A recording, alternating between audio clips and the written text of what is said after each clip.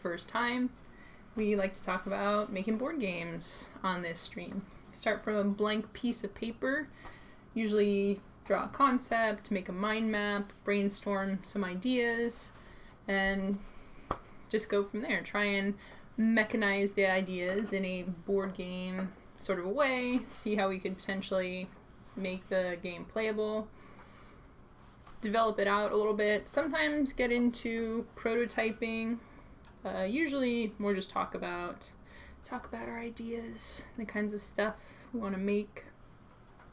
Had a very productive week last week.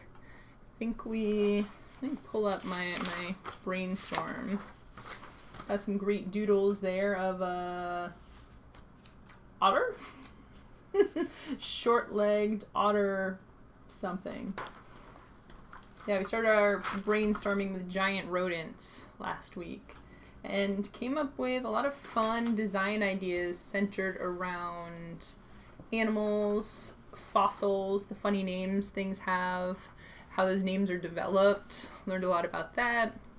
Came up with games based on getting credit for naming fossils, having a scientific naming arms race and trying to compete over who can name the thing first, bluffing, secrecy. So lots of cool mechanics last week. This is a new week, so we're going to start a new brainstorm, come up with a completely new game idea. If anyone has a prompt that they'd like us to start our brainstorm from today, feel free to share it. We also do challenges sometimes, but if not, I will come up with something. This is a point in the show where I just started thinking about the season and the weather. Today's Tuesday. I believe yesterday was the first day of fall. And Seattle, it hits like a truck. So all of a sudden, it's rainy, it's gray, it's cozy. It's really nice. I actually really enjoy having a good balance between rain and sun.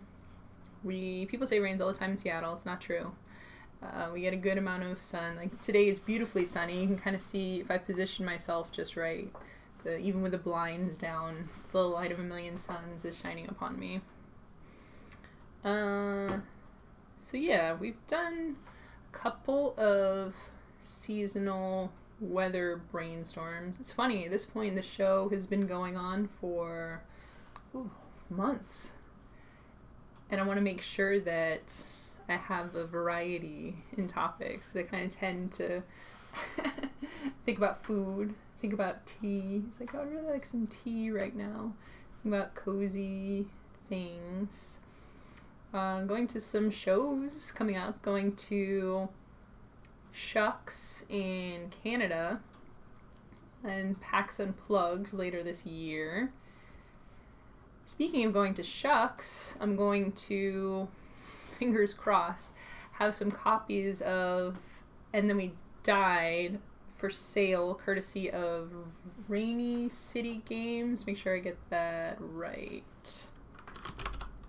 Rain City Games, which is a company up in Vancouver. So I have to figure out how to import the games across the Canadian border, which I've been reading up about game importing, and it's a little bit weird because I am getting the games from my publisher, driving them across the border and handing them over, so I'm just doing the transportation part of it, not collecting sales tax or anything. I gotta tell the border about these games and pay the import duties on them. Apparently I need to know where the games were manufactured, which hopefully they were made in the US, but we'll find out.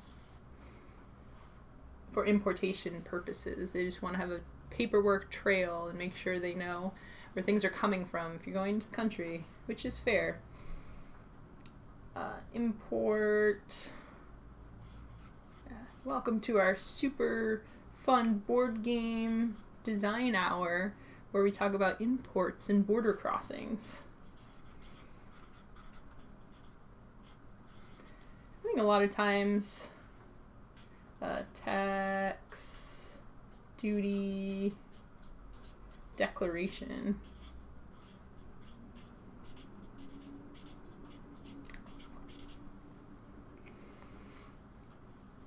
I think a lot of time you can come up with interesting game concepts based on non-interesting concepts or things. If you're talking to someone in the real world about these themes, not necessarily the thing that would be most exciting to you. You know, you're talking about accounting or taxes, depending. Some people get very excited about those kinds of things. But a lot of board games, a lot more strategic games, it's train management, resource management, right? Take some cubes, move them over here. Some of these games have spreadsheets in them. Stock manipulation, but not the exciting kind where I buy it at a penny and it goes up to $2 and I make $1 million. But like, it's going up $1 and now this is over here and now all my decisions have changed slightly.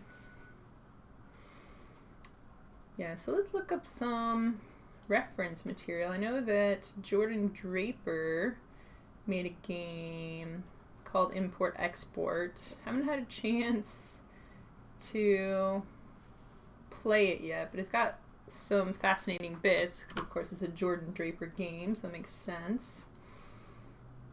I'm gonna put this in here as an inspiration. Cash Lamb says, being a principal of a school. That's definitely one of those things, especially you watch a show like Recess, right? They really hammer on the principal. Breakfast Club is another great example. I don't think I've ever seen a movie with a principal where the principal just... No one has a good view of principals. I always thought the principal was cool. Even as a kid, I thought they have a very hard job, and I was very respectful of that. But apparently media does not see it the same way. Gabriel just says, oral quizzes to see if they can catch you smuggling in some contraband, like ciggies or pets, or maybe something less serious. Oh, yes. I was thinking about that. I was like, oh, that's something I've got to think about. But also, I can put that on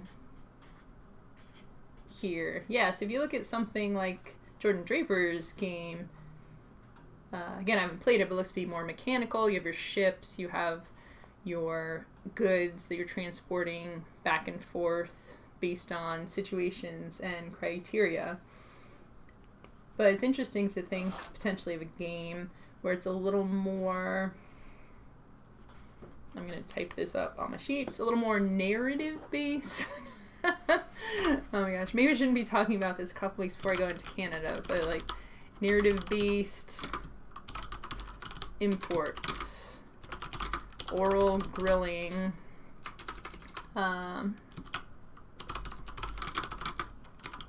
grilling with questions, bluffing, deduction game. Oh, another good example, Sheriff of Nottingham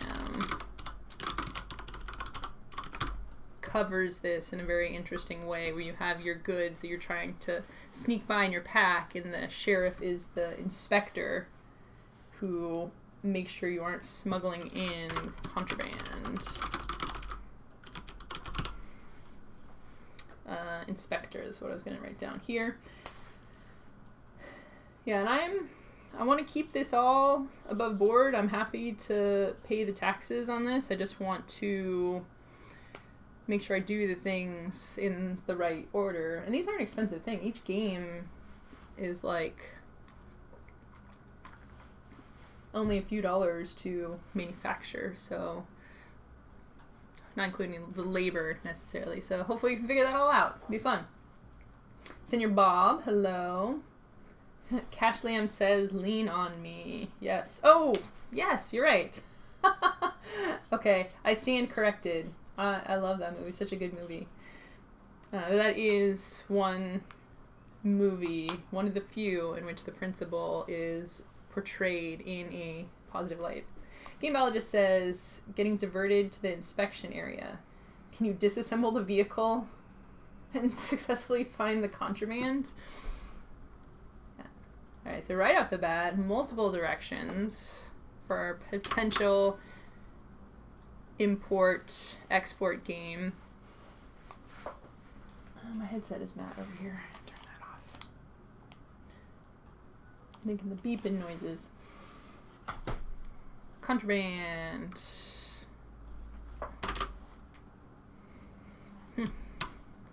Searching for contraband.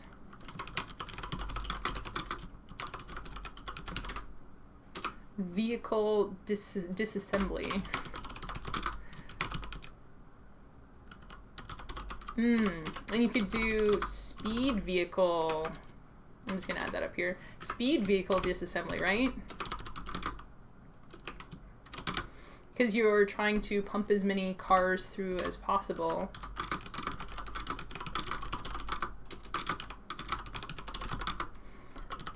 Because you get credit for more cars searched.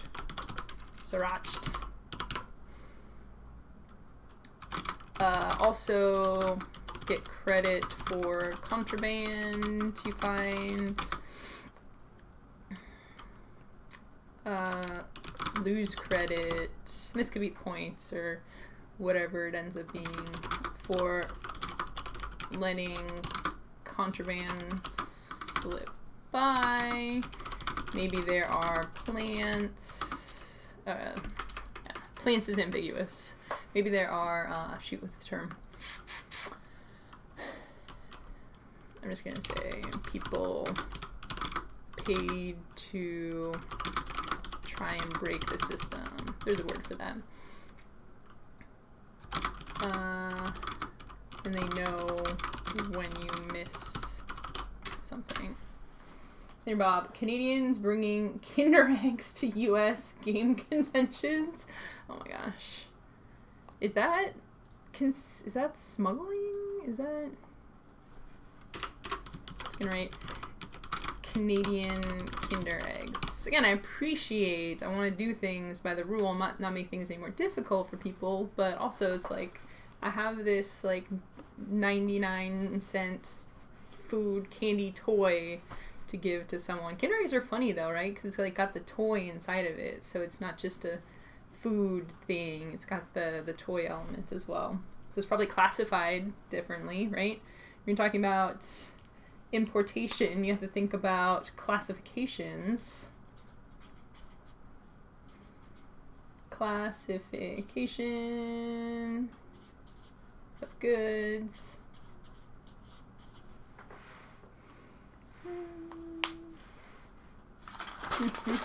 Real quick before moving on, I just have this vision. We're talking about the car disassembly game. It makes me think of like a top-down thing. I'm thinking you can actually build up the cars before the game, where you have all these components stacked on top of each other. So you have the wheels and the roof.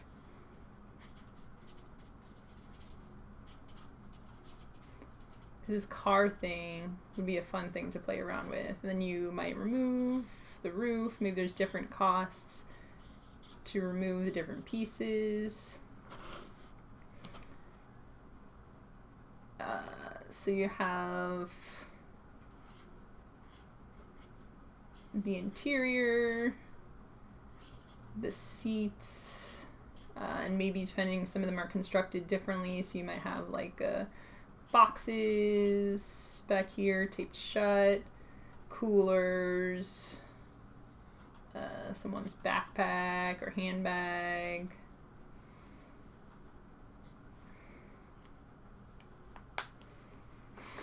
Oh man. I wonder, I gotta write all this stuff down.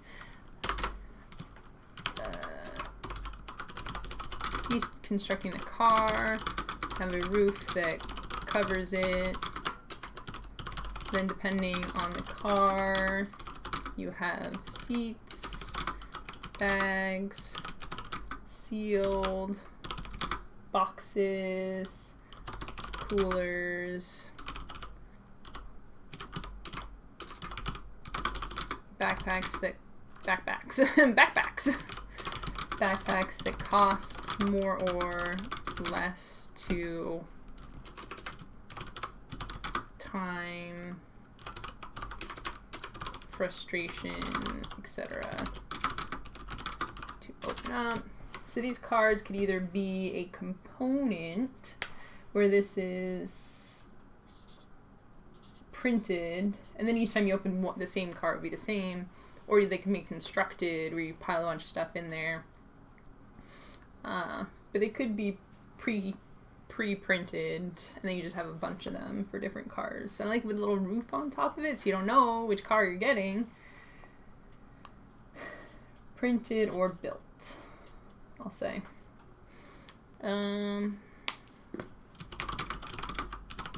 Pieces, pre-printed or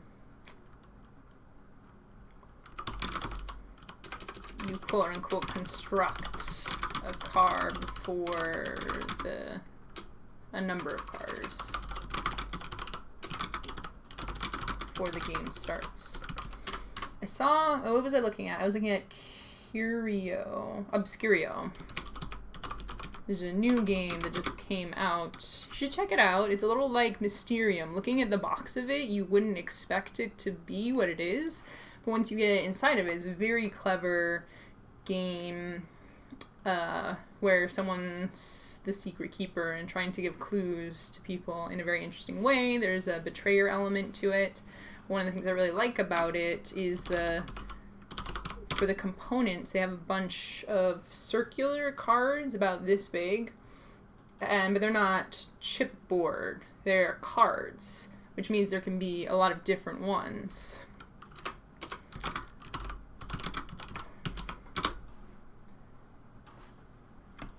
So that would be cool, because I'm envisioning this not as, your standard playing card with a car printed on it, but giving a little bit of structure to the card itself. So you have a bunch of cars and then a bunch of roofs. Yeah, not that it's necessarily that much of a big deal, and manufacturing a component like this is going to be a little trickier than doing just like a playing size card or even a tarot size card, but it gives a little cool feel to it, right? It's like it feels more like a card.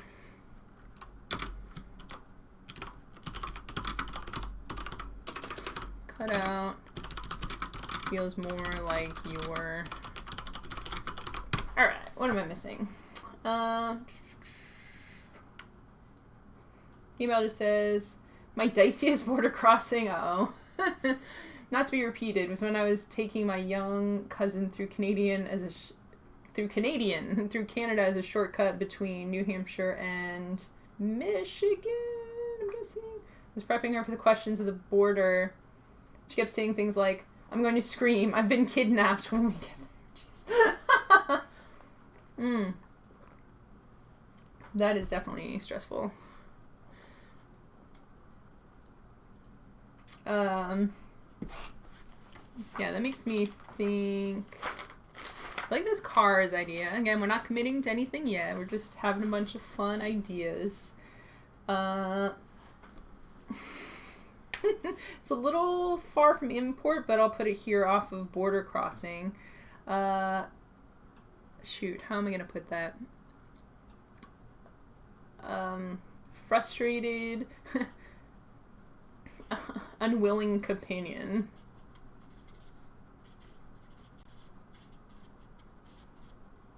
Or ornery companion. So like the 14-year-old cousin betrayer element.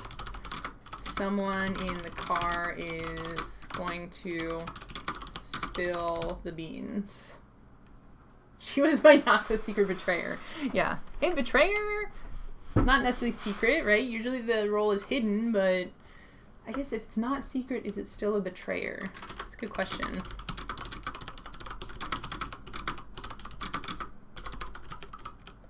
It's more like, you know, they're more like the villain, right? You're just like, well, you're just the bad person now.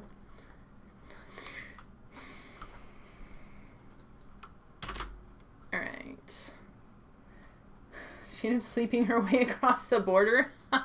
That's the best. You know, sometimes I've gone back and forth a few times, specifically to Canada. Growing up, we lived in Maine, so we would cross the border sometimes to go visit. And sometimes it's scary and frustrating, but for the most part, everyone is just wanting it to be as smooth and painless as possible. So that's what I'm looking forward to a couple weeks from now when I go up to Canada. Yeah. Let's dig a little more into this car disassembly thing, because that sounds fun. Feel free to chime in if you have any other ideas related to this game idea we're fleshing out here, where you pull the roof off the car, which is not realistic, but I just feel like it's so fun. Just, I open up the car and see what's in there. This could also be a fun mechanic game. I feel like I've seen kids' books or picture books, I guess. The ones that are the chipboard, where you have like pieces get flipped over and then more stuff is underneath there. Yeah. So you could have a more serious Contraband vibe to it, or you could have a fun kids like car fixing, maybe a cooperative game. That'd be fun. Mechanic theme to it. Maybe cooperative kids game. Types of, I think, so I've actually been working on rule books today, so I'm very much in the mentality of breaking down games based on what is going to happen in them. Phases of play. So for this idea, you would, like, car would pull up, choose whether to stop them. Maybe there's some information. It'd be interesting too. Would you want things to be completely random, or some sort of seeding so you could use intuition / deduction? There's a question. So you say you choose whether to stop and investigate more. If no, you get a point. We'll just say points for now for checking the car. There's a set number of turns, get more points for checking more cars. So this, I'd like to build up an interesting tension in this potential idea of trying to pump cars through, but you're not going to win that way. You need to find some of the contraband to actually win the game. If yes, take off the roof. And this would be a case, it's interesting. I feel like it kind of feeds back to some of my ideas I had for what to eat after the apocalypse. Take out the room, take off the roof. Either if you assemble the cars, there could just be no, okay, I'm trying to think. I'm looking at just a bunch of slices and layers to this, but maybe so we were looking at 2 layers, like there's a roof layer and there's an inside layer, but maybe there's another layer then. It's like this is when we open up the backpacks or whatever, so that each car has its own 3 layers. So we'll go with that direction for now. Let's take off the roof. You might just find Contraband.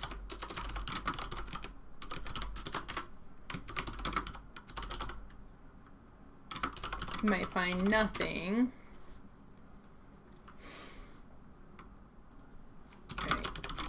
Each car is made of 3 layers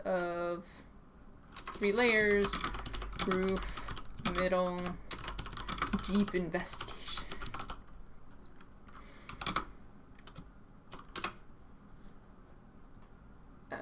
Right, there could be Contraband. This is for a lighter, maybe more kids style of game. Find Contraband, printed on the car. Might find nothing, can take off another layer.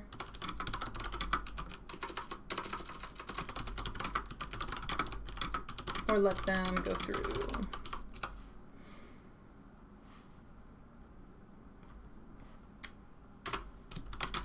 Or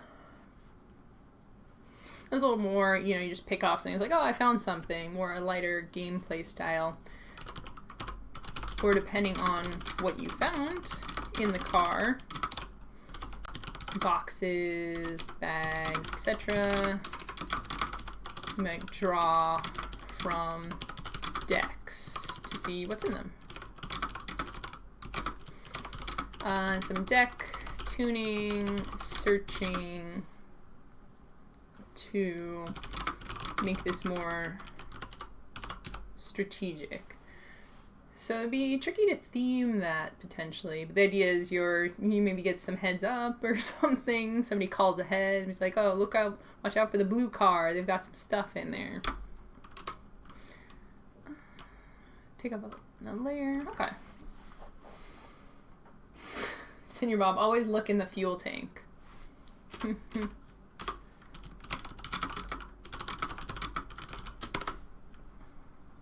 Fuel.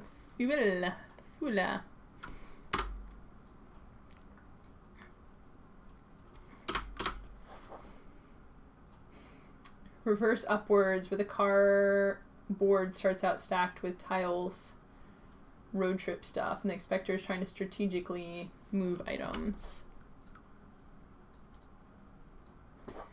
Yeah.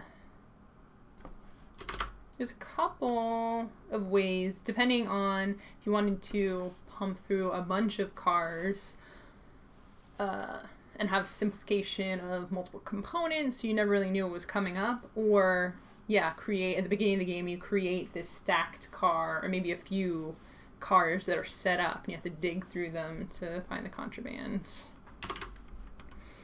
Potential couple of different directions where you could go with this. Few more complex cars with more stuff at the beginning of the game. Reasons to look in the box versus the bag. Maybe boxes have been more fruitful lately. Maybe you got a tip. Just some interesting ways to tie the theme into the mechanics of it. Because it's a cool theme, right? Either, again, mechanics, working on a car could be cool, but focusing right now on the contraband idea, you're searching a car, somebody's car for contraband. And what are the different ways that we can, from a very early stage, feed that theme into the mechanics and make sure that everything, or as many things as possible, kind of feel like they make sense.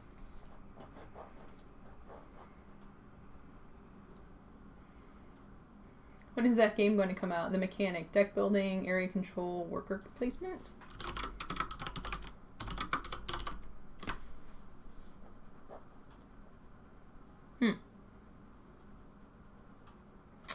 I don't know about that. The Mechanic.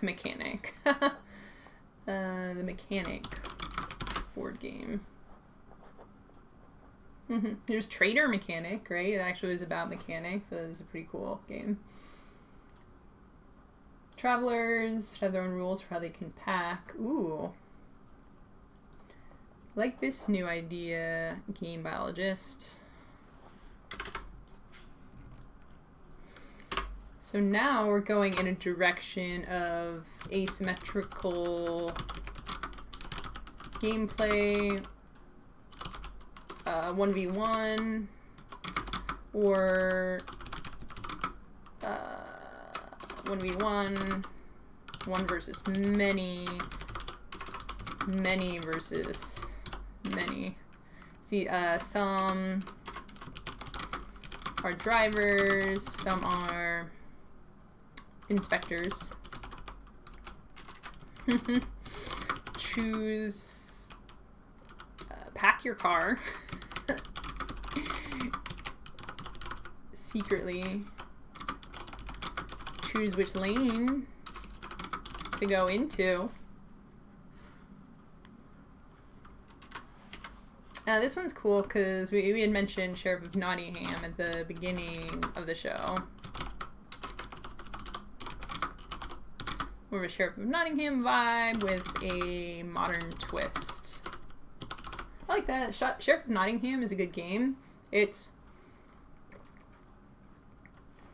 nice in that it's pretty light and casual, and there are some complexities to it, but it's a pretty easy game for just about anyone to get into if you have a good teacher.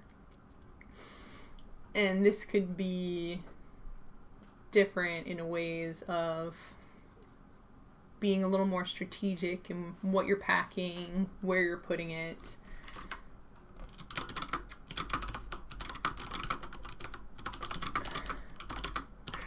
How exactly you're packing your goods, distractions.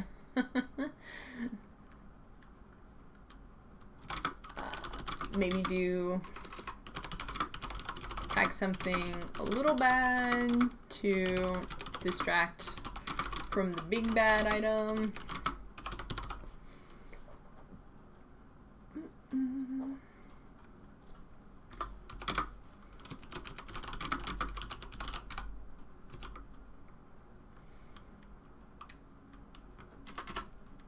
Layers of hiding. When it comes to hiding physical objects in a stacking situation, could be tricky physically to make sure that the hidden items stay hidden. So that's an interesting design challenge, design question there. How to ensure hidden things stay hidden. Packing into a space that gradually. So you could do a couple of different ways, just thinking right off the top of my head. The hidden items could actually be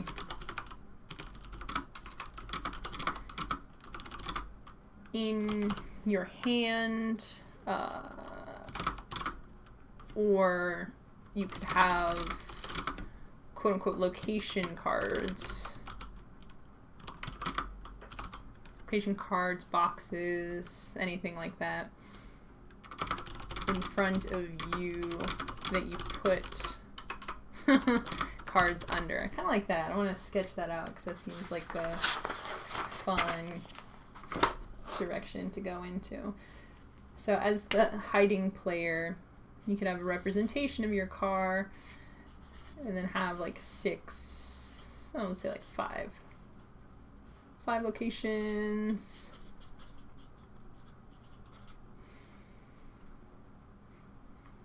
So this is an example of partially hidden information. So say that these are poker-sized cards, and you're there's this way. You're slipping in cards underneath them.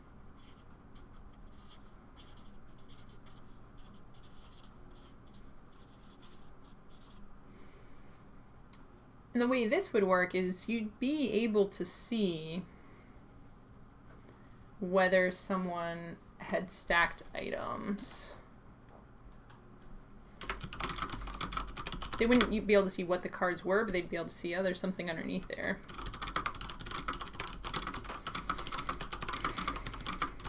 See, there was stuff under there. Maybe you could use envelopes.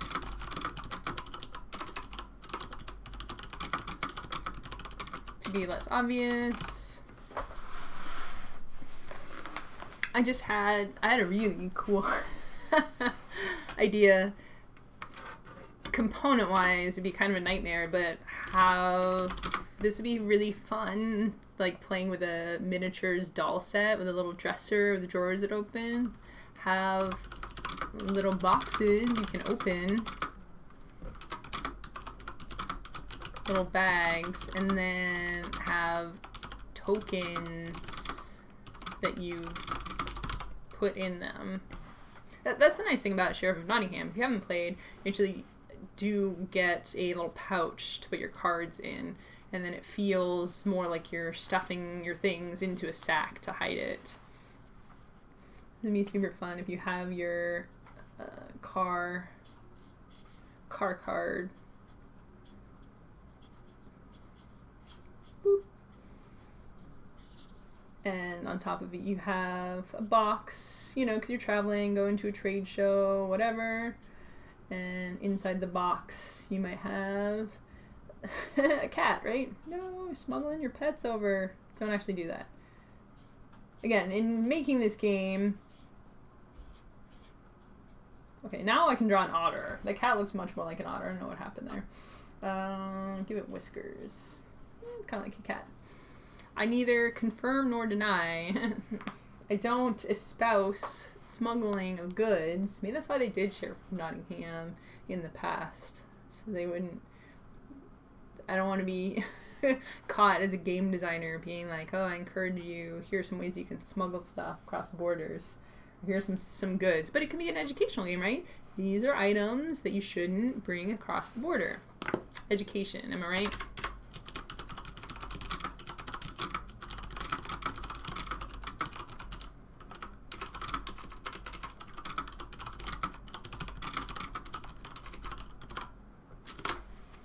Think how fun that would be if you had all these little tokens and you can put them in different areas that might be easier or more difficult for the inspector to get into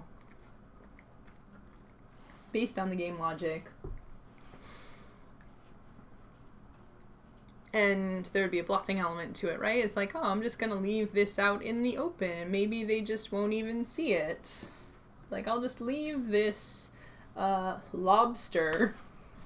I like saying things because now I have to draw it.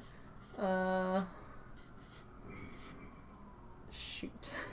It has eye stalks, kind of body, and a tail. Wow, that's real bad. Let me try that again. Lobster. I know it's got a tail like this. Yeah. See, that's how you do it. You start out... This is a really buff lobster. And then the head is like this. And it's got the eye stalks, kind of. It's got the belly. Yeah, that's 70% lobster success rate. Whenever I try drawing things like that, I realize I have the picture in my mind's eye is like 60% complete. So I'm like, I know it has the claws, I know it has the tail, but how those pieces are connected to each other, that's where it becomes tricky. Make people think the area is haunted. It's an important addition to the mechanics. You need to be able to write on the car or the box, haunted, do not open. and we're thinking about something fairly mechanical, of hidden information.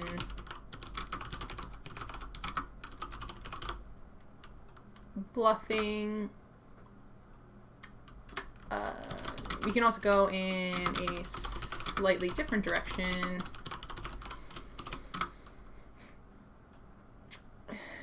Of more action, like negotiation. Negotiation and trickery. Where you're using words and mechanics of the game to misdirect. That was the word I was looking for earlier. But I just came up with that. Using words and mechanics of the game to misdirect. More of a personality game, argument game. Or again, even if you're doing the negotiation, it can still be mechanical, depending on how social you want to get with the game. So it can go either way for players. Some people really like to do a game where we're arguing, a resistance type game, and some people feel a little less comfortable with that style. But you can have actual arguments, or you can have cards that you play that say, I throw a can out the window to distract you and then get fined for littering, or I don't know. Play to... It's actually an interesting sidebar. Is there a negotiation, like escalating argument card game? Because that would be a really fun thing to play.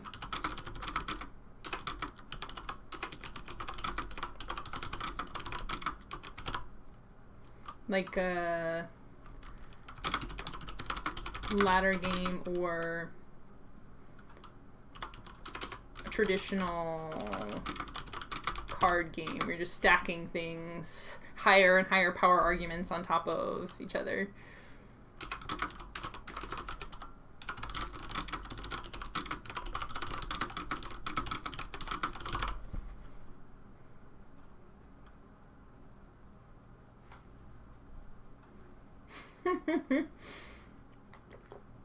All players are inspectors. The travelers, importers, are powered by an AI. So the players are trying to do the right thing. Unless morally troubling, papers, please. I like that.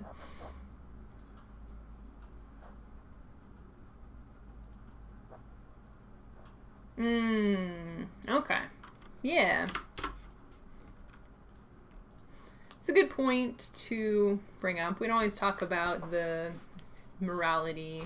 It's like, sometimes we do pretty good on this show, I think, for digging into what kind of experience on all layers someone's going to have through playing one of these games, and what kind of experience you're trying to create. And I do like that direction. Say it's a less problematic direction, but the thing is, you know, if you create a game where people are trying to smuggle things across the border, there could be ramifications for that, and, you know, there will at least be conversations about that, and it's up to you. It's important to acknowledge that and decide, you know, do I want to have conversations about that? Yeah, and that goes back to more like either randomness or based on some sort of formula, you build these cars. I like, because I had, before we were talking about people putting stuff in their own cars, I had thought about random generation, but I like the idea of it being a little more strategic. So, you know, like, oh, I know boxes have a higher chance of this, or clues, right?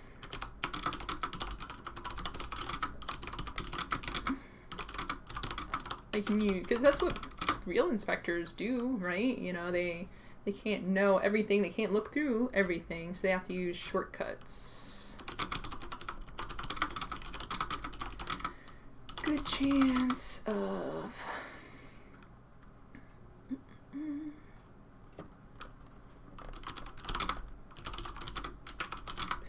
figuring out and being able to guess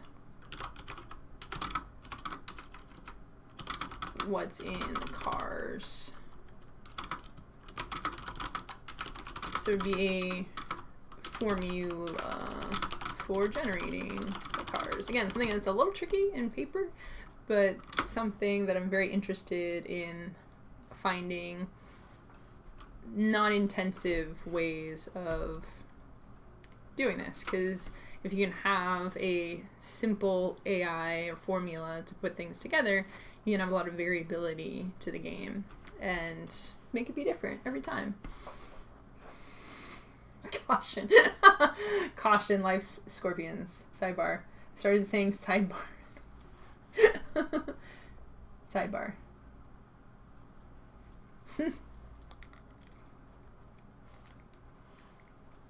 That is a funny... I love bringing internet speak into real life. I don't know if I love it, but I do it. And I feel cool doing it, but I'm probably just a big dork. Turtles have a higher chance of getting stuffed.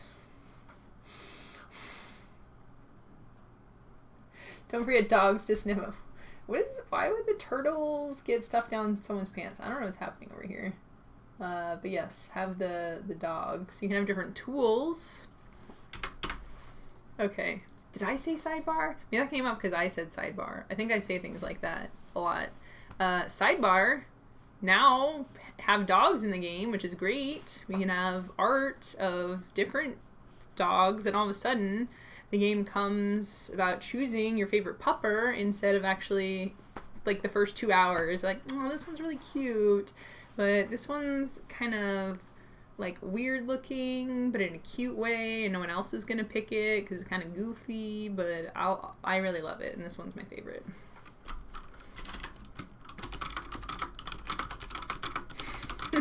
Make a whole game about picking your sidekick pupper for your life as a border crossing inspection agent. Must love dogs. My dog and I, keeping the border safe, one car at a time.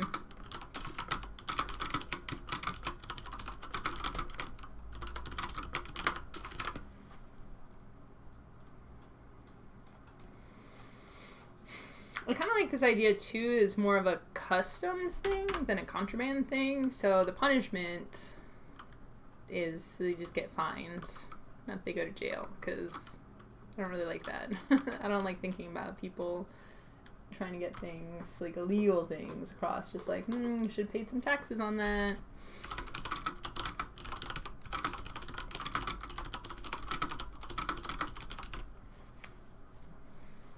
That's the thing too. In the games I've designed so far, you don't really think about really bad things happening to people. And then we died.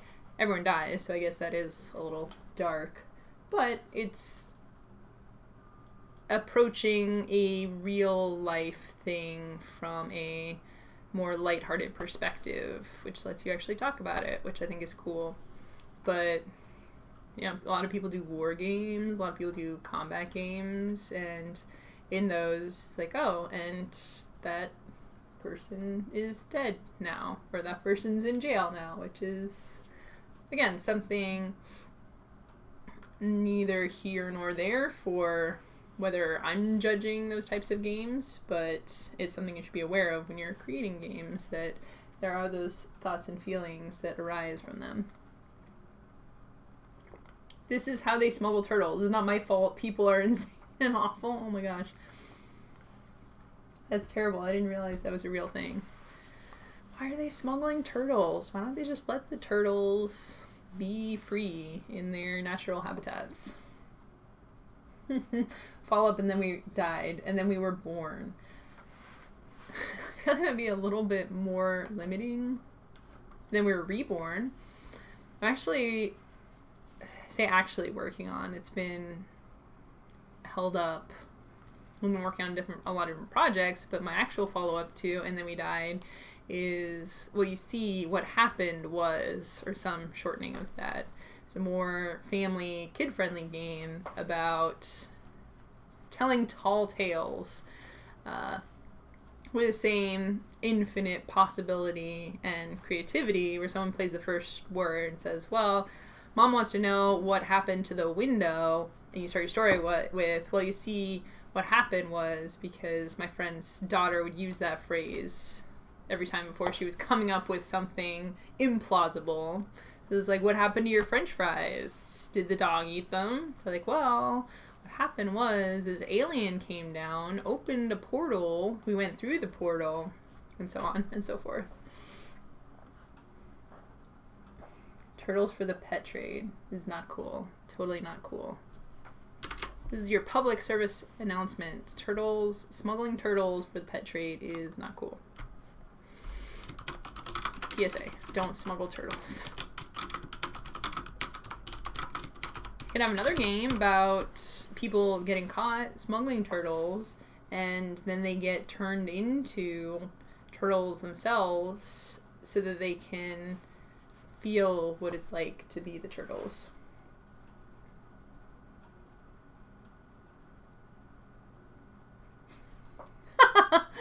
Oh, sorry, just reading the comments over there. Told them it would be a good team building tool. They were a little concerned about what my work's team goals are. Just like, it's a fun, silly game, and even, I mean, if you're playing it, you don't have to make the end goal be death. You don't even necessarily, you can say, and then we lived happily ever after, or it could even be, and then we had a great team, you know, or even not necessarily have an end point. The nice thing about the way that, man, it's got really dark really fast. The nice thing about using death as an endpoint in the game is it's putting a pin in it, right? You know, I thought for a while about whether there was another thing that I could use, maybe make a bunch of games, go in different directions, and then we die is just it's a satisfying endpoint. And for anything else, say like, and then we lived happily ever after. I haven't really tried it with that. But it doesn't have the same stakes, you know? What's really you do like, oh, we're telling a story, I don't really care where it ends up. But for this one, you really get sucked into the game. And it's like, we're here together, we formed this group, whether we're aliens or we're ants or germs living in someone's stomach. And we're invested in this. And there's the tension building as we know how it's going to end. We're not sure how we're going to get there. So I think it's a great, long story short, I think it's a great team building exercise. And if you want to do the, you see what happened was version instead, you can totally do that if you don't want to bring death into the workplace, which is totally understandable. And then we became turtles. I mean, yeah. And then we became turtles and lived for the rest of our lives as turtles. I like that. I think it's great.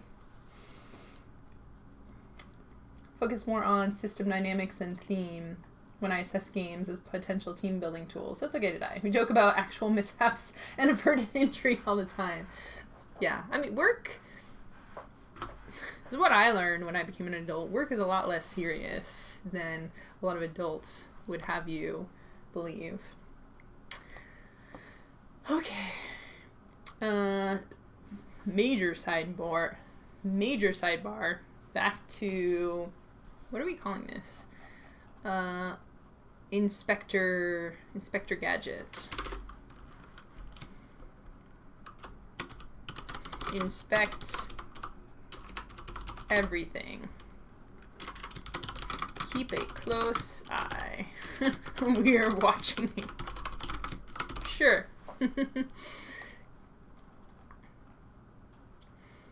So a couple of inspection type games. definitely gets into some questions of, the smuggling aspect of it. So, if we lean a bit more into the mechanics theme, again, maybe cooperative.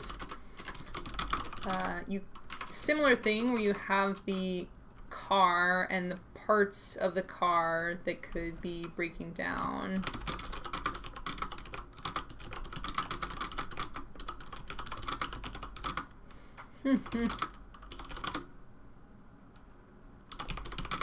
Costs associated with going in there and fixing things.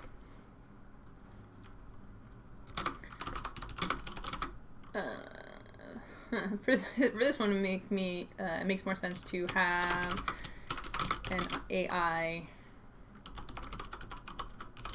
constructing the problem car.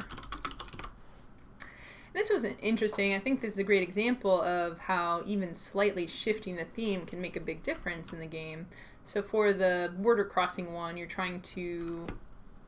the feel, the experience you're trying to communicate with that game is good enough for as bad as that might sound. Feeling experience, trying to generate. It was a great thing too when you're starting to think about the games, potential themes, about mechanics, is exactly what feeling you're trying to espouse. Think about mechanics, how you want the game to play when you first start thinking about a game you want to make. Think about theme. Sometimes people are much more mechanical, sometimes people are much more thematic. But a third thing that's almost unrelated to those is what is the emotion that you're trying to generate. I feel like I can picture these pretty strongly. So for this one, I put myself in the head of the inspector, right? This character that we've created. Cars are piling up at the border. You know you won't be able to check them all. 100. Where's my percent? 100%. Thoroughly. You're doing your best with the information you've been given. So the way that breaks down and the tools you can use to generate that sort of an experience.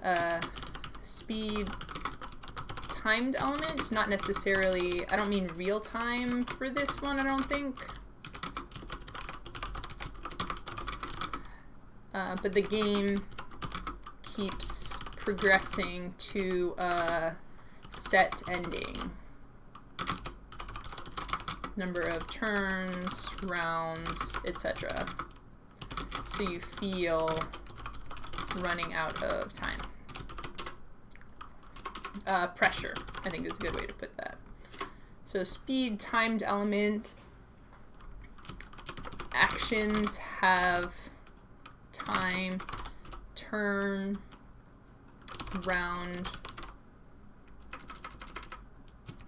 costs, resource costs.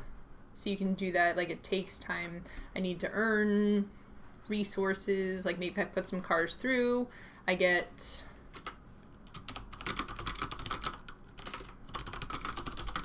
through without looking, I get time, resources I can spend on future cars.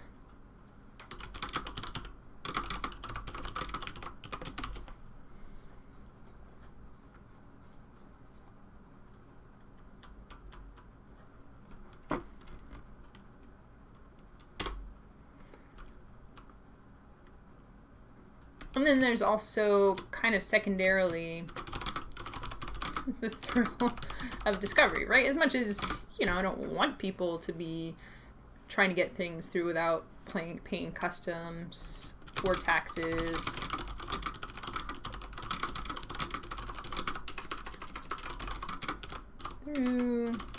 Oh, paint customs. You know, I'm happy to have proof that I'm doing my job.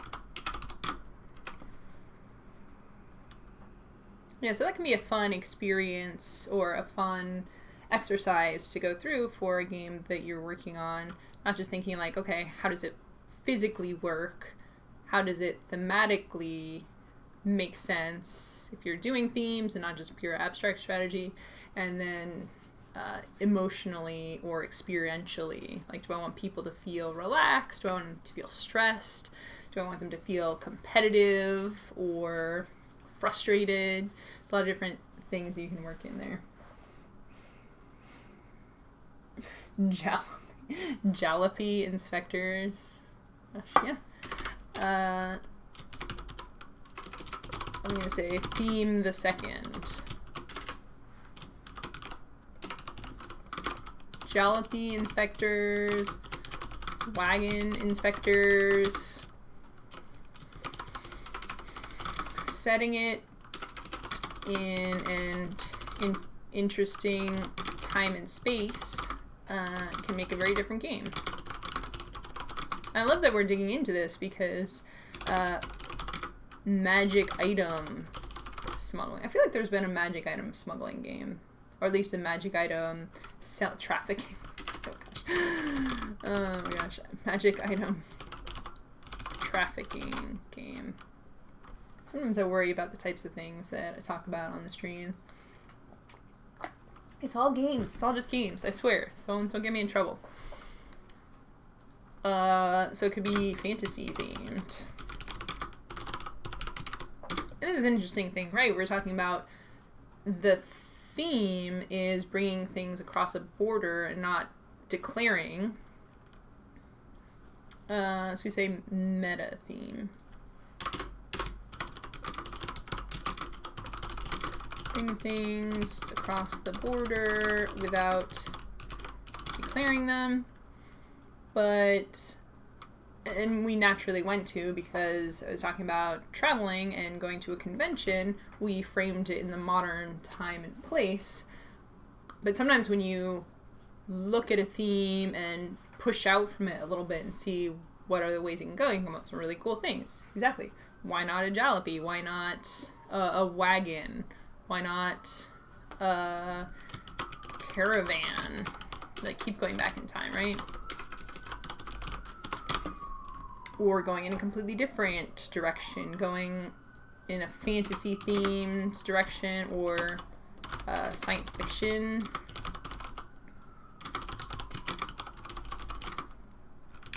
Smuggling technological artifacts. Or again, bounce back to historical artifacts.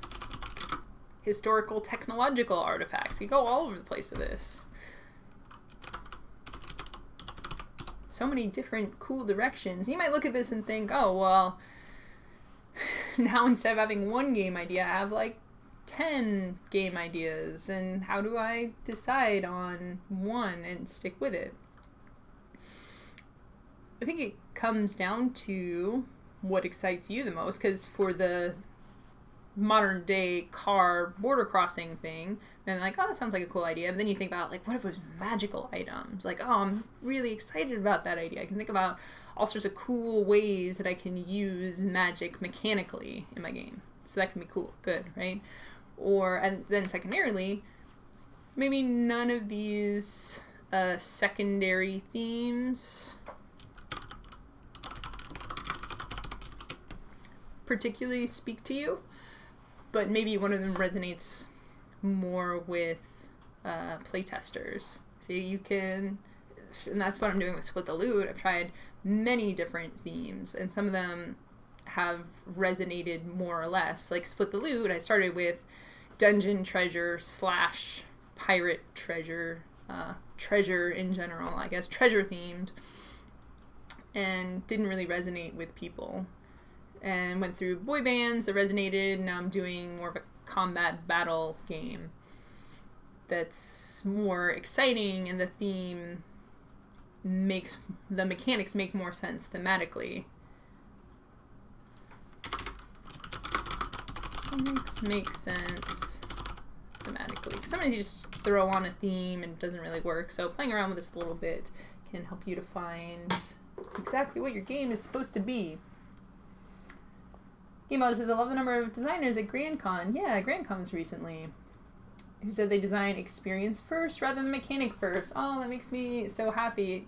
I know a lot of excellent mechanic first designers, and it's a totally legitimate way to design, but I like thinking a little bit more of experience just because you can embody such different experiences. So it's really good to hear. Taps into who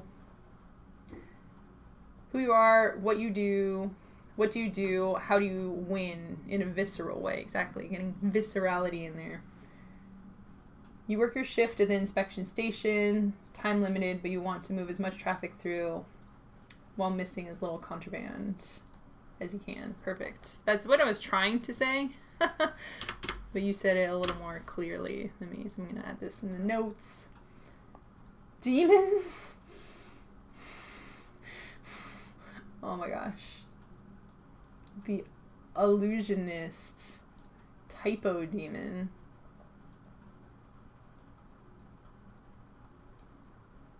I don't know what this is, but I love it. This is really cool because I played Counterfeit Monkey over the last few days, which totally got obsessed with it. It's a interactive fiction game from 2012, so 8 years ago. But I don't do a lot of text-based interactive fiction games, and this one's cool. You actually use a letter remover gun to play around with language, which is super fun. So I like this idea of demons importing typos to the fiery pits of heck and needing to get through the border crossing at purgatory. See, once you lean into the different themes, this is one of the things I love, and I could just go on and on doing this all day. Ducks importing, I'm thinking birds. Don't erase, we're just brainstorming, right? Ducks importing food in their bills across the river crossing. When I started with ducks, and that made me think of pelicans, right? Pelicans importing fish in their bills.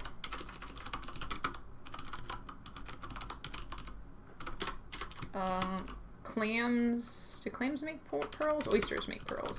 Oysters importing pearls across the seabed. Very animal-focused theme today. Kids smuggling candy into schools.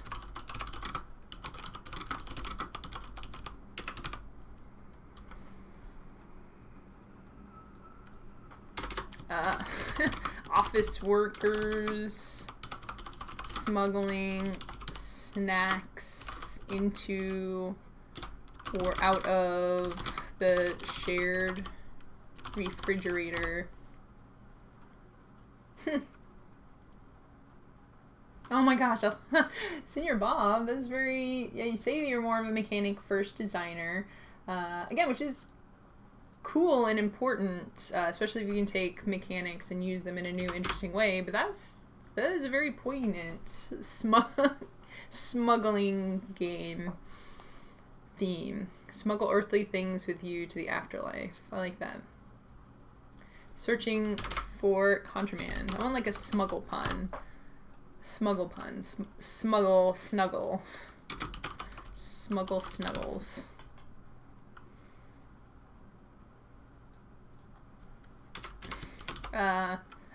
Again, PSA, don't smuggle turtles, but smuggling your puppy into school, it's not as bad. Maybe if you don't put it in your pants. I just want my puppy to be here and come to school with me.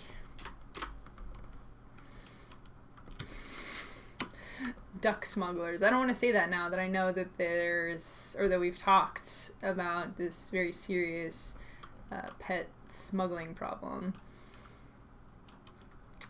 Angel smugglers. Hex smugglers. Till death do we smuggle. I don't know. Let me think about this more. They say you can't take it with you, but what if you could? See, this is all you really need in game design. You need a cool idea, and then a pitch, which we have, a tagline, right? Idea, tagline, boom. Doesn't matter what the game ends up being. We have all the important parts that we need right here. And that's how you take a concept like importing, very above board concept, and turn it into this whole thing. Alright, so of those ideas, got the dogs, talked about different ways mechanically, lean into the mechanics a bit, because I say I like experience. Experience is important, but when it comes down to it, the mechanics of the game are what's going to be played that will generate that experience. So it's important to spend some time talking about that and thinking about it.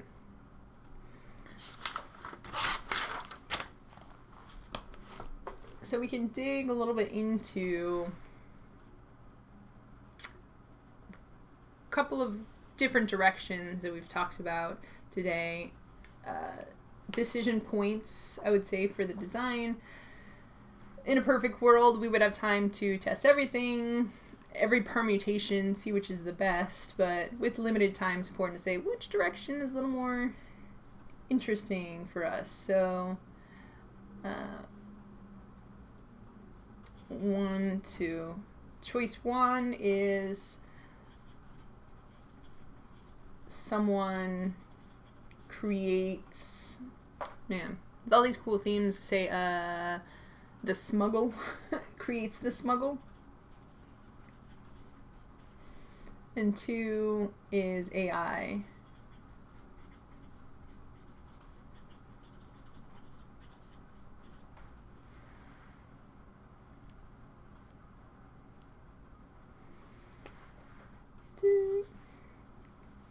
So if we're deciding on which direction we want to pursue first, which is not necessarily the be-all and end-all,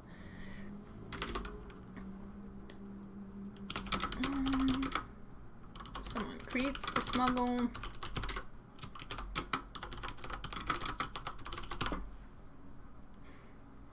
For a digital game, it's much more of a non-issue. Can code up, put anything in there, have... Digitally, you can do a lot of cool stuff with visual cues. Potentially tabletop as well.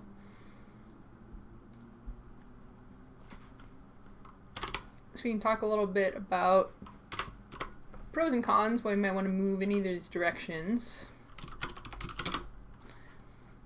Less setup, right?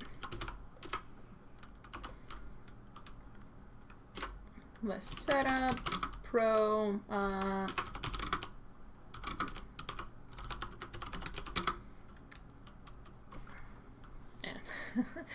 for the whole making pros and cons list, I hate calling it pros and cons because I feel it's more nuanced than that.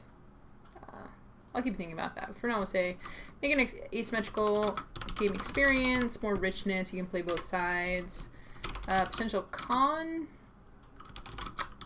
more complexity to learning.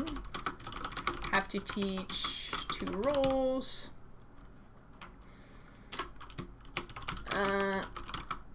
Setup time. Where do you want the game to focus, right? You want players to be spending the time on the most fun part of the game, right? So what's the most fun part of the game? What are the inspectors doing?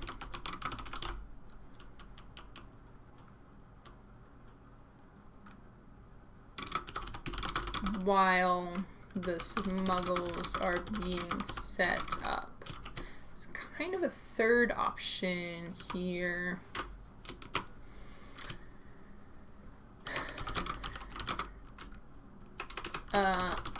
Everyone creates a smuggle, and then everyone is an inspector. So it's a two-phase game.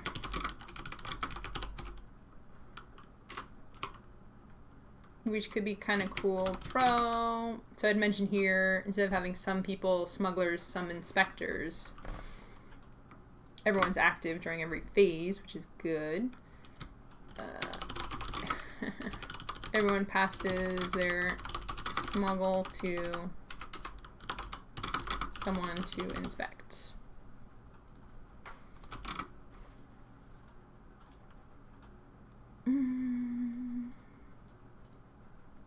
So this one, if everyone's doing everything, it's not really an asymmetrical game experience.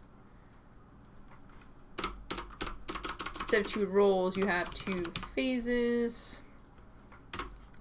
Pro, no downtime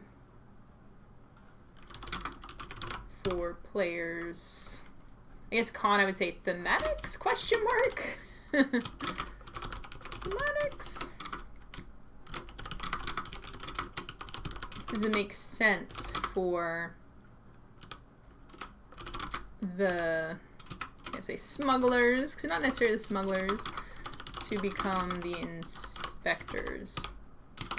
This is always a tricky thing. We have a cool mechanical idea and you're trying to justify it thematically, which is also a reason that a lot of people do design mechanically, because often if you get too caught up in the thematics of it, you can start to make suboptimal mechanical choices and vice versa, and sometimes you have to subvert one to the other, thematics to mechanics, or the other way around.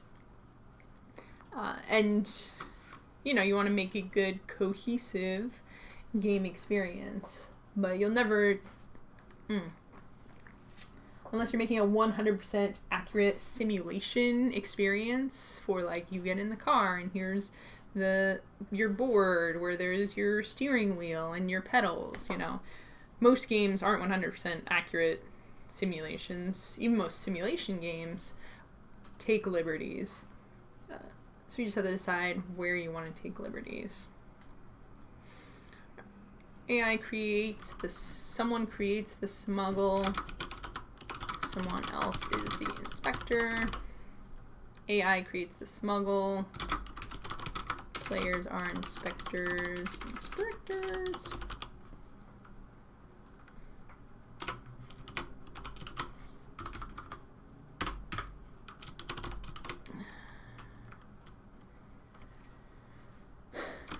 Pro. I would say you're not relying on someone to make a good smuggle. You know, there's like, how much complexity do you want? Because it seems from the discussion that we want the game to focus on the inspectors looking in these things for items.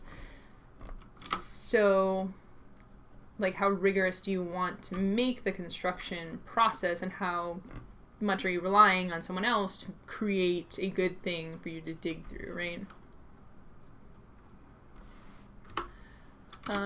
More setup time.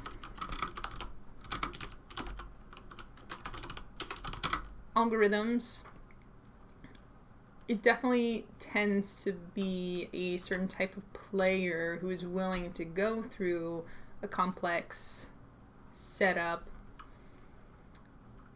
Because you have to have a player, right? It's a physical game, you have to have a player running the formula. How's the player setting up the cars? Not see what's in them. There's ways to do that with decks. Coming back to the deck ideas I was mentioning before. You just have a backpack deck and a box deck, right? Or for the fantasy themed one, an ornate chest deck and a armoire deck, or whatever.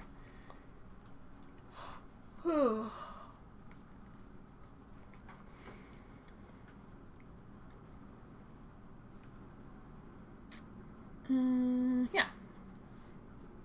So I don't necessarily have to make the decision now, but just a few points for potentially moving forward with this idea and the direction I want to take it. I'm going to say options, choices, or directions for game setup / roles.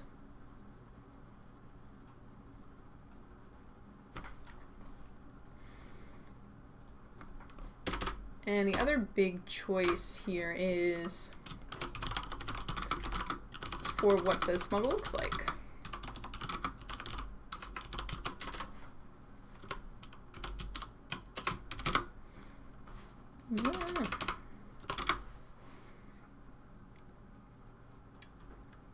So the boxes,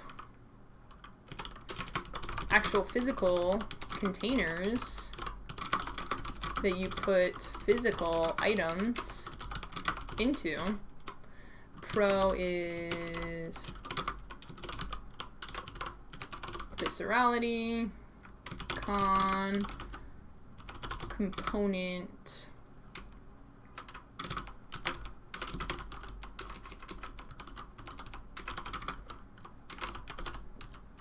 durability / cost. I don't want to get too much into that in the early stages of design because I feel like it can be limiting and make you not go in directions that might ultimately prove to be very fruitful.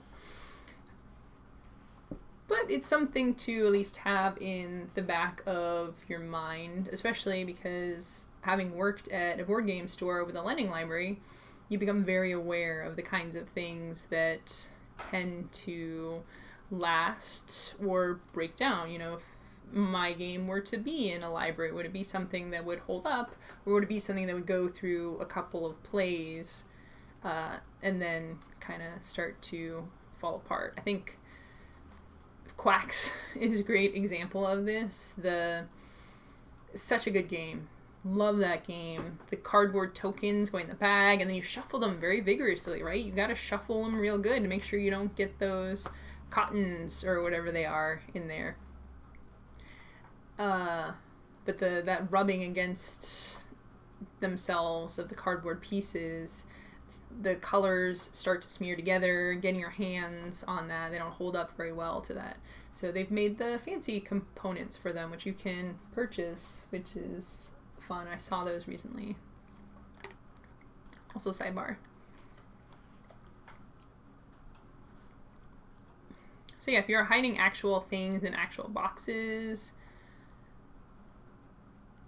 or bags, that could be a very, very fun experience. You have the present opening experience.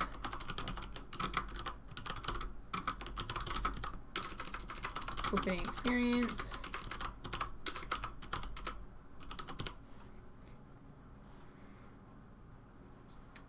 And you have the packaging experience.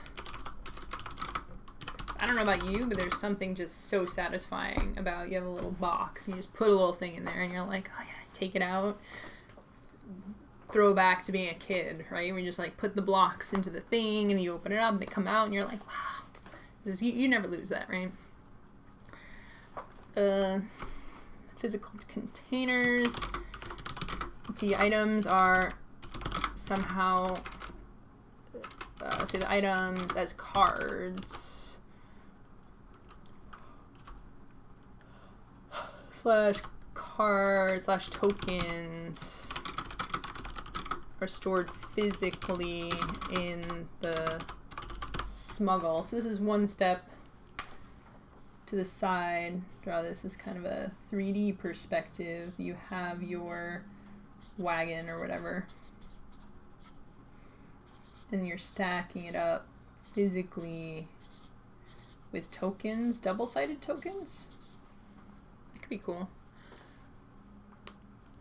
Double-sided tokens you could flip over.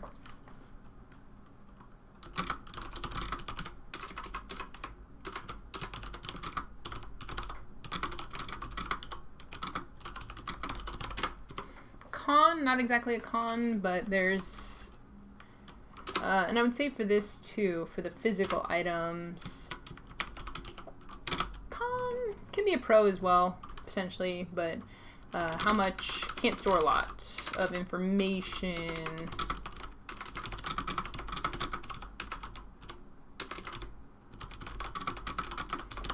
You can get a physical form. You can say here, for example, putting a carrot meeple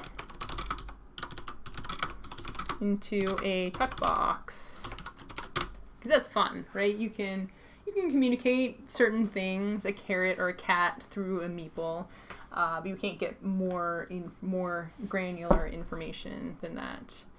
And also with the tokens, you can't get quite as much information on the piece, and also potentially the container, especially if it's a bag. It's a cardboard box, you can print stuff on there. Can't store a lot of information on the piece or token. And also the container, if one side of the token is the item, the other the container. I'm going to draw this out because I don't know if I'm communicating clearly what I'm thinking about, but you could have like a circular token or tile with a picture of a crate on one side, flip it over, and there's that, you know, evil possessed demon ruby or whatever. Demon ruby.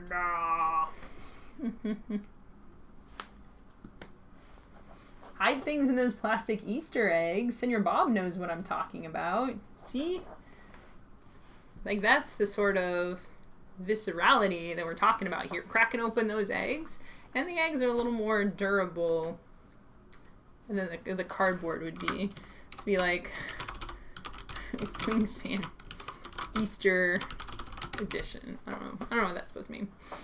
Yeah, so the tokens, you flip them over, and those could be stackable and layerable, which is cool.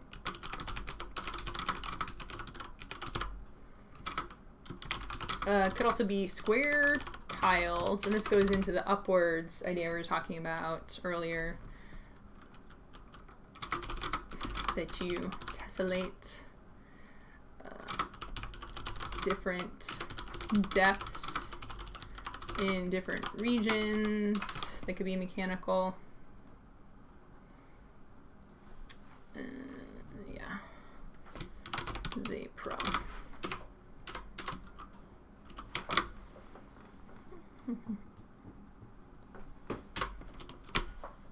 The third idea I was thinking of, the items are stored in container decks. And sorry, back to here. One more pro would be a player or AI could put a specific item in a specific, I want to say physical location, but I'm thinking more latitude and longitude coordinate or grid spot. Well, we'll say it's a grid for now. Because this one, the items are stored in container decks. Pro, maybe? Con, maybe? It's a little more abstract, right? You open the box by drawing a card from the coordinating, the associated deck. So you're not putting things on exactly a physical location, but it's more theoretical, abstracted. So there's 2 chests in this wagon.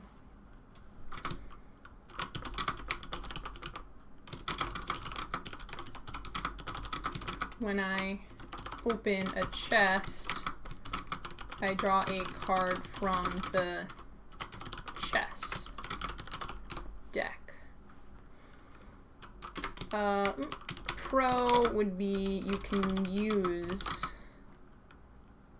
it could even be cards, right? I had said the roofs were cool, but flip it over or something.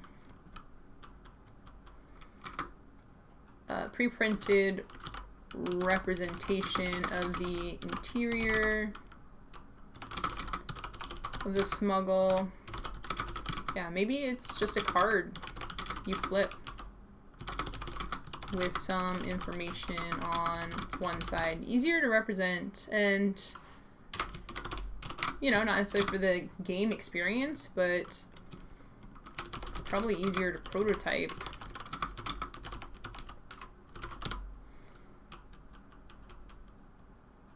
Yes, you would, I should draw this. This is kind of going back, so you have just a card representation of the interior, wheels on the side. You've opened it up and now you can see, you know, here you got the crates, you got a big burlap sack, you've got a chest, and then based on the, oh my gosh, how do I do an orthogonal view of a chest? Based on the dimensions, maybe you can get some more information.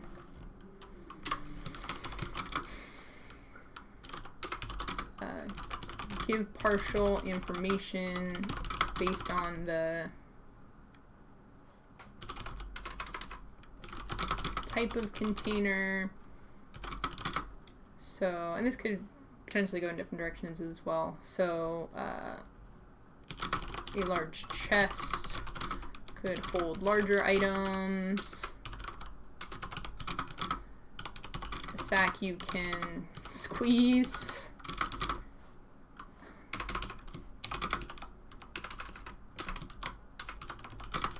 Look at the top few cards. Shuffle and replace. I like the squeezing mechanic, right? You're like, squeeze it, a small box you could shake. Doing the same thing is like, I think that's either a totally non-contraband ream of papyrus, or it's a teleportation scroll that's been, people have been coming down wanting to get those teleportation scrolls off the streets.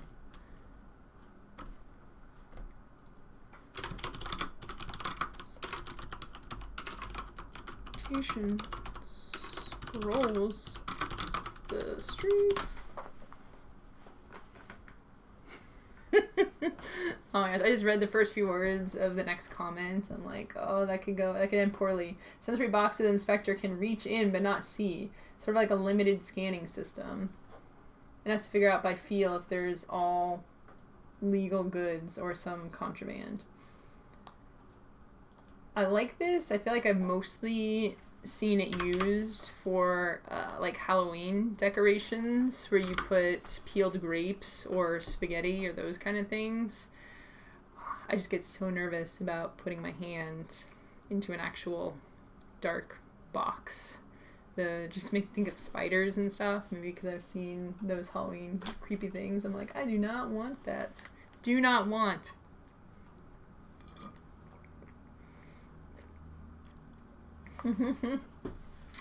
I scroll.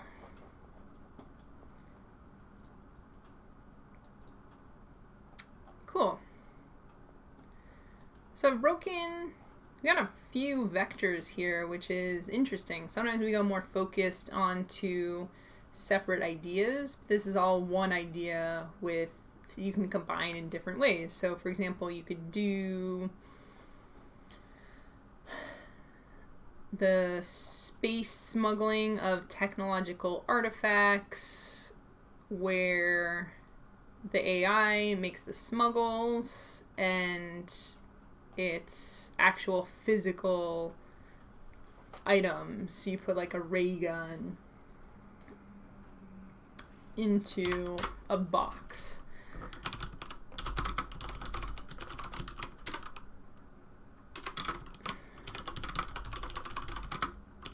With an AI assembler with ray guns.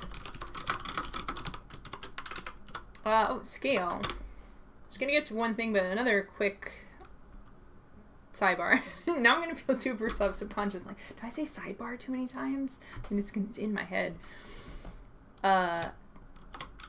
We're thinking small scale board game. But again, I think it's important to emphasize they don't have to be board games.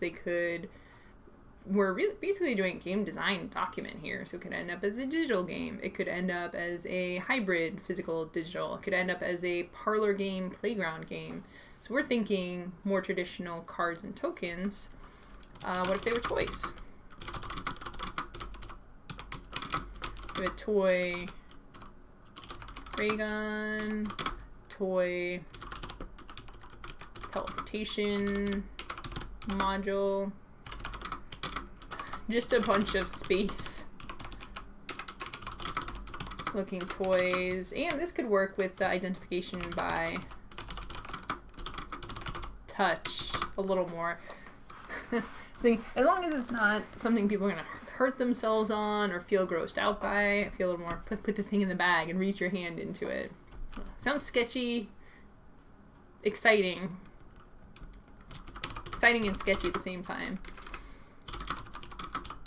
Trying into a bag to figure out. So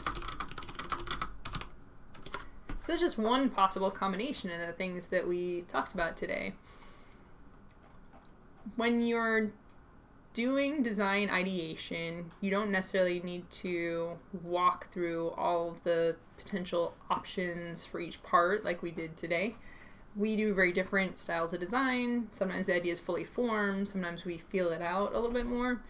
This can be a good way to challenge the assumptions you made. Again, I made the assumption of an importation game, modern day crossing a border. But there's so many more, I would say, more interesting ways you could do it. More interesting, potentially less problematic. Like, what do you want to really dig into actual legal things and worry about the theming a little bit there? So we came up with the themes, came up with different potential ways they can work, different ways to create and or prototype the game. So for this, if we want to figure out the containers thing is a little more of a design challenge. If we want to do it the cards way, we can probably come up with a prototype, just draw on the cards, do something really quick and dirty in Illustrator or Photoshop to come up with the images for these things. Yeah. It's going to be a fun way. Don't get too wrapped up in it. That's another point that I want to make before closing tonight, getting ready to finish this up in a little bit, but I did want to point out that you can totally get into the weeds with this, right? Like just figuring out every potential combination of all these different ideas I have and never actually sit down and make something. So the idea with like blow it out a little bit, like this is just the right amount of time to think about the different options and then pick one and go with that and make that thing. So that's what we want to do here. We want to get these ideas into physical things so we can play with and test. Smuggling body parts for Dr. Frankenstein. Oh my gosh, yeah. So many expansion packs. You see, we're not even just creating a game here. We're creating a toy, which is great. I'm thinking Shopkins. Oh my gosh, Shopkins. I don't know too much about it, not being a parent myself, but I've seen a little bit of the Shopkins craze and seen kids talking about it in the stores. And it's crazy. And I think that's the perfect size of it. And the form factors are so varied Yeah, there we go. Shotguns. You see? You don't always have to make the thing for you to be able to prototype. You can take things from the real world and then get an IP licensing deal with Shopkins or whatever the company is that makes them. Or just, again, use it to prototype and figure out production from there. If it even works, right? Not every idea does. Perfect size, different form, factors, easily acquirable. If they are still. If one of these days they're just going to disappear, everybody's going to be like, yeah, I don't know what was Shopkins. I never heard about Shopkins. That's the way these fads work, right? They're all the rage, and all of a sudden it just goes down.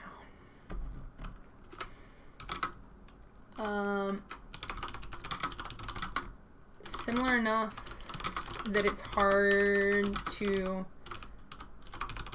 distinguish them by touch with 100% accuracy. I really like the direction of this. I was lucky enough to get to interview Jen Sandercock for Literology, kind of secret. It's going to be an upcoming episode. Really exciting for it to come out.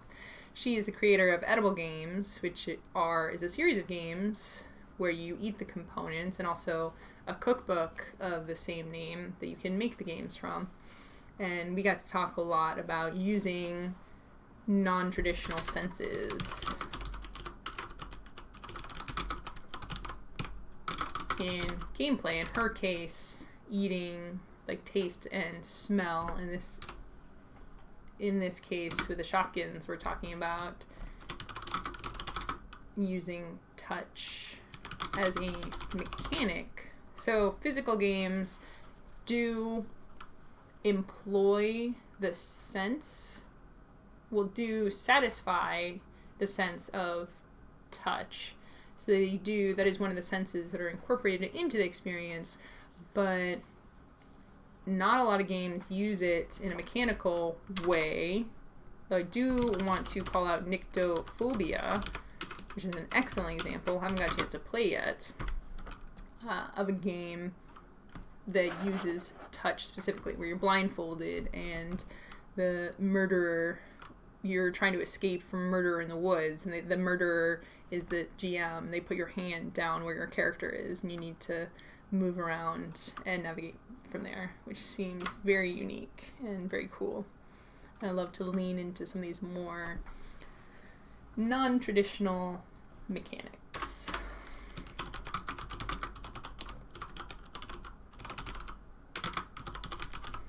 And I love with the body parts. Okay, now again, not gross. I don't want it to be peeled grapes or spaghetti. The thing is, like, it could be peeled grapes, it could be yogurt or mayonnaise, or it could be ice, and just that. Again, I'm going back to, wow, I'm not even explaining what I'm talking about. I'm going back to the whole stick your hand into a thing for a Halloween decoration or for in a haunted house, and just not knowing what it is. Like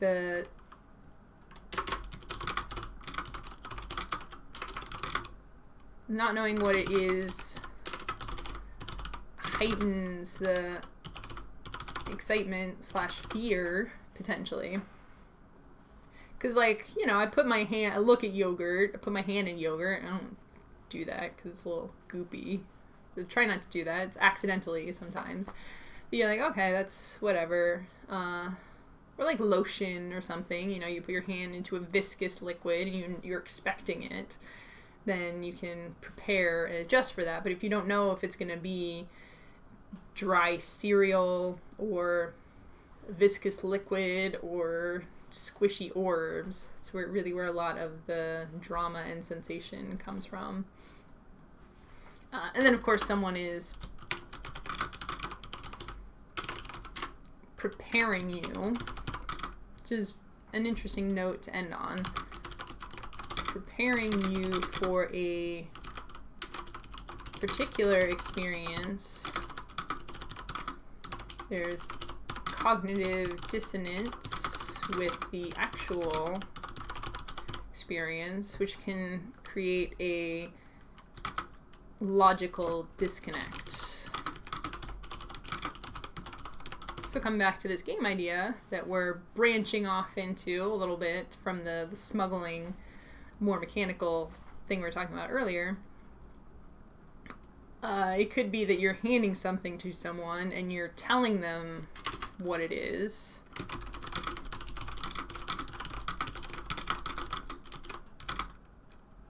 And they're framing the experience,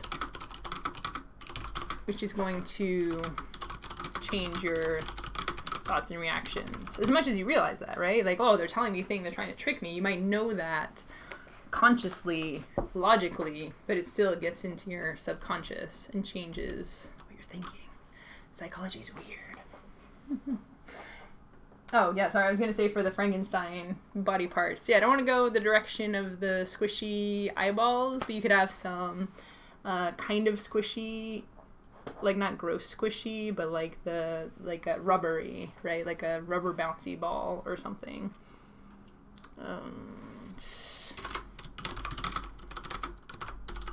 Rubber bouncy ball. Play around with textures and I'm going to say viscosity? I'll find a better way. Density. I'll say density. Density is better in this context. Textures and density in a not gross way.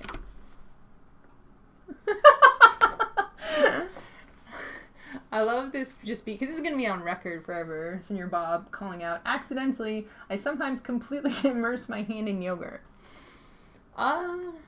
I mean, intentionally, yogurt is great for sunburns. If you get a sunburn, I learned this from my mom, put yogurt on there.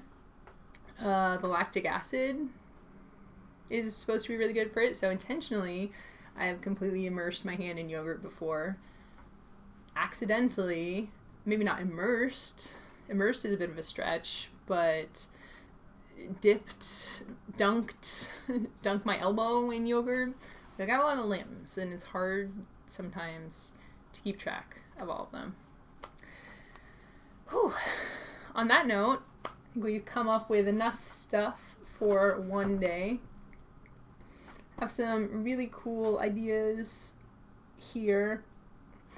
I like doing this show because not just the actual game design ideas and concepts to move forward with, but it helps a lot of the stuff that's churning around in the back of my mind. And for this one in particular, relates to some ideas that I had based on a prototype I made probably about a year ago called Someone Else's Stuff. No, it was on the stream. Oh my gosh. Yes, because I have a box for it. It's like, it was about a year ago. No, it must have been about 4 or 5 months ago. We were working on this game, right? Someone Else's Stuff, where you had the desk and you would put the items into it and look through it. So those things are connected, and between the two of them, obviously there's some very interesting design space to explore here. The third one, which I was thinking, the older prototype, was Subconscious Suitcase, where I think I represented the items with dice, but this idea that you would have dreams or memories that would be stacked up. I think the idea was based off of the fact that I would have dreams of trying to pack a suitcase. You never have enough time, right? So combining subconscious and dreams and packing, then someone else's stuff and, playing around with someone else's memories or left behind items. And then this idea of, we just talked about today, about packaging things, your own things, to transgress some sort of arbitrary line and then having someone else go through it. There's a lot of interesting psychological, experiential stuff tied into where you put things, what things are personal, how you give access, how access is sometimes required for legal purposes, even though you don't necessarily want it, or how you might want to share things with people, but you're not entirely sure how. So lots of fun things wrapped up in this. Thank you so much for joining me this week. I stream board game design every Tuesday, 4 p.m. PST. The idea behind this conceptual stream is to come up with board game concepts, although like I mentioned before, they could potentially end up as playground games or parlor games, even digital games. I come from more of a board game design background, so lean in that direction, but these ideas could go in any direction. Feel free to take anything from these streams that you will. I hope that they are inspiring to you as they are to me. Ideas are cheap. You know, you could take, there was 50 ideas in here. If you combine all the different pieces in different ways, if one of them inspires you, feel free to run with it, because if both of us work on that idea, we'll end up with completely different things at the end. So that's how game design works. You can catch me here. We also do streams on Fridays where we play games. You can tweet to me if you want to talk more about game design. Always looking forward to chatting about things I'm excited about. Hope you all have a good rest of your week, and I will see you around the table. Bye. I'm gonna eat. Hungry. Need some food.